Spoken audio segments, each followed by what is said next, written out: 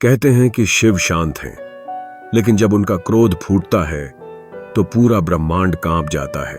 उज्जैन की धरती पर जहां महाकाल स्वयं वास करते हैं, वहां एक ऐसा रहस्य दफन था जिसे कोई जान भी नहीं पाया, और जिसने जानना चाहा वह वापस नहीं आया। उज्जैन के महाकाल मंदिर के पास एक पुरानी टूटी हुई हवेली थी जिसे लोग कालवृत्त भवन के नाम से जानते थे। किसी जमाने में वहां एक तांत्रिक रहा करता था, रुद्रनाथ। कहा जाता है कि रुद्रनाथ ने महाकाल को प्रसन्न करने के लिए ऐसा साधन किया था जो शिव की क्रोध मूर्ति से भी आगे था। रुद्रनाथ की मृत्यु के बाद हवेली को बंद कर दिया गया, लेकिन एक द्वार था, लोहे की जंजीरों से जकड़ा हुआ, जिस पर त्रिशूल और रुद्राक्ष खुदे थे। गांव वालों का मानना था कि वो द्वार नहीं, एक मुहर थी, जिसे खोलने का मतलब था महाकाल के क्रोध को बुलाना।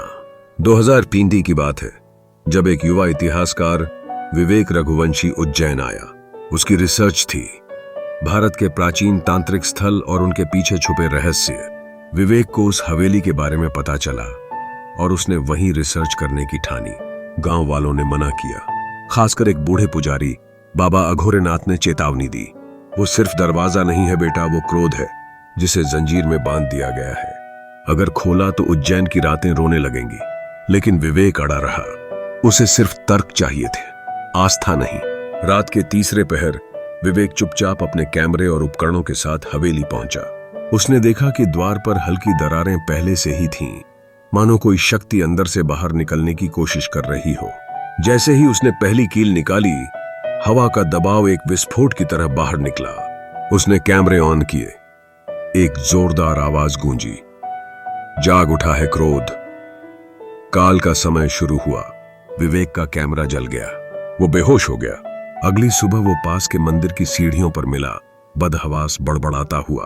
उसके शरीर पर राख लिपटी थी और माथे पर खुदा था त्रिपुंड। उस रात के बाद पूरे गांव में अजीब घटनाएं होने लगीं। एक पुजारी की रहस्यमयी मौत हो गई, उसकी आंखें खुली रह गई थीं और जीभ बाहर निकली थी। एक बच्चा जो खेलते खेलते हवेली के पास गया, वो फिर कभी नहीं लौटा। गांव वालों ने मंदिर में विशेष पूजा करवाई, लेकिन एक बार जो क्रोध जागा था वो अब शांत होने को नहीं था। बाबा अघोरेनाथ ने कहा, महाकाल जब रौद्र रूप में आते हैं तो विध्वंस करते हैं, पर जब उन्हें कोई जगाता है तो पहले सवाल नहीं करते, सिर्फ न्याय करते हैं। विवेक अब धीरे धीरे बदलने लगा था। उसका चेहरा स्याह होने लगा, आंखों में लालिमा और हर वाक्य में संस्कृत के श्लोक आ जाते। लोगों ने कहना शुरू किया कि उसमें रुद्रनाथ की आत्मा आ गई है। उसने घोषणा की, मैं वही रुद्रनाथ हूं जो काल के द्वार तक गया था। अब शिव का क्रोध इस भूमि पर न्याय लाएगा। गांव में एक और शव मिला। इस बार उस व्यक्ति के माथे पर त्रिशूल का निशान खुदा हुआ था। महाशिवरात्रि की रात हवेली की ओर से डमरू की आवाजें आने लगीं, लेकिन कोई वहां नहीं था। गांव के लोग एकत्र हुए और बाबा अघोरेनाथ ने कहा, आज या तो महाकाल की कृपा होगी या उनका तांडव। हवेली का द्वार पूरी तरह खुल चुका था। अंदर एक अग्निकुंड जल रहा था और बीच में खड़ा था विवेक। अब वो पूरी तरह रुद्रनाथ बन चुका था। उसने कहा, मैंने महाकाल को फिर से पुकारा है। इस भूमि को शुद्ध करने का समय आ गया है। जिनके भीतर पाप है वे बच नहीं पाएंगे।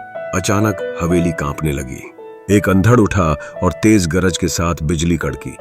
आकाश से कोई रोशनी सी उतरी और फिर सुबह उज्जैन शांत था, लेकिन आधा गांव खाली हो चुका था। जिन लोगों पर चोरी, हत्या, बलात्कार जैसे आरोप थे, वो सब गायब थे।